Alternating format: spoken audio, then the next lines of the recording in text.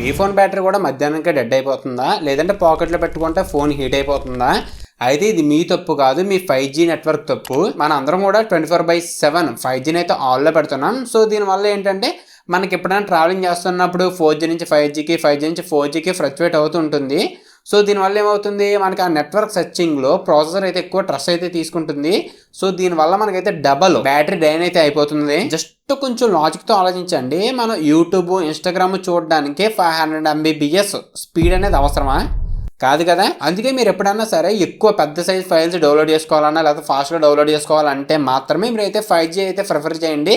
లేదంటే maximum 4G అయితే వాడి చూడండి, మీకు అప్ టు 3 to 5 hours అయితే మీకు బ్యాటరీ లైఫ్ అయితే పెరుగుతుంది. సో దీనికోసం అయితే మీరు సెట్టింగ్స్ ఓపెన్ చేసి మీరు పైన సెర్చ్లో ప్రిఫర్డ్ నెట్వర్క్ అనేది అయితే టైప్ చేయండి. టైప్ చేసాక ఇక్కడ మీకు కింద 5G అని ఉంది కదా, సో దీన్ని సెలెక్ట్ చేసుకుని మీరు అయితే 4Gలోకి అయితే మార్చేయండి. అంతే. ఈ 5G ట్రాప్లోనే మీ ఫ్రెండ్స్ అందరూ కూడా ఈ ఇన్ఫర్మేషన్ అయితే ఇప్పుడే షేర్ అయితే చేయండి. అండ్ ముఖ్యంగా ఇలాంటి మంచి ఇన్ఫర్మేషన్ గురించి అయితే ఇప్పుడే మన SS తెలుగు టెక్ పేజ్ని అయితే ఫాలో చేసుకోండి.